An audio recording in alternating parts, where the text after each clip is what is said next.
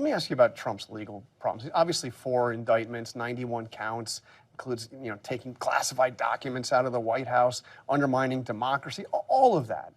And he's out there saying he should have absolute immunity. A president should be above the law. All this. So why, in light of all of that, why have we seen poll after poll, and I know it's early, but still, poll after poll that shows Trump either beating Biden or essentially tied with him? Yeah, but you also seen poll after poll. I'm not naive about this. I take the threat of Trump and Trumpism very seriously. I've never been on the other side of that argument. That said, this is the weakest candidate to run a major party in my lifetime. He's coming in deeply damaged. Democrats, we win, we keep winning. We've won all of these elections. Post-Dobbs, different one, but hold on. But here's my question even more relevant. Why is Biden not beating him? Look at the polling. Yeah. Look underneath the hood on the polling. Look at the New Hampshire polls. Look at some of the national polls. Republicans say if he's convicted, all those things you said are true, and he's convicted, and the likelihood of conviction is what, 98% on by one election of the counts? Day? You think we'll see, but I mean, by election day? Well, we'll see. But I mean, at least in one of those 4, right, of the 91 charges, one of those 4.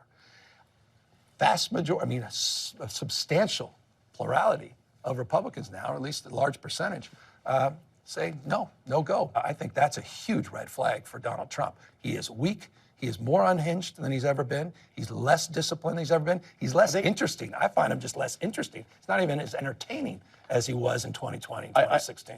How worried are you about a third party? And there'll be multiple third-party candidates. So it doesn't take a lot. I know a third-party candidate isn't likely to be elected president or beat either one. But, I mean, how worried are you? Yeah, how worried are you about that? I have to be worried.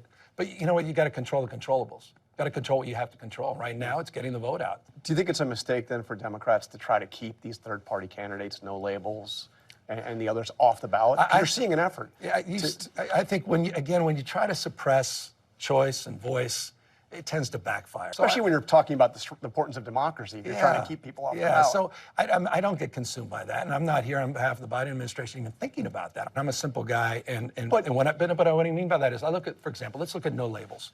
I actually took the time. I encourage people to look at what are they for?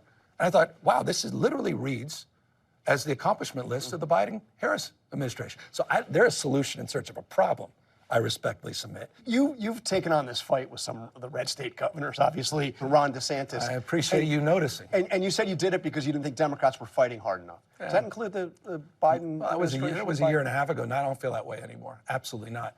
Look, when Dobbs hit, that was a wake-up call. Because one thing we've learned with this anger industry on the right-wing side is illusion dominates facts. It's narrative trumping facts. That's why Trump himself uses the courtroom as a campaign stop.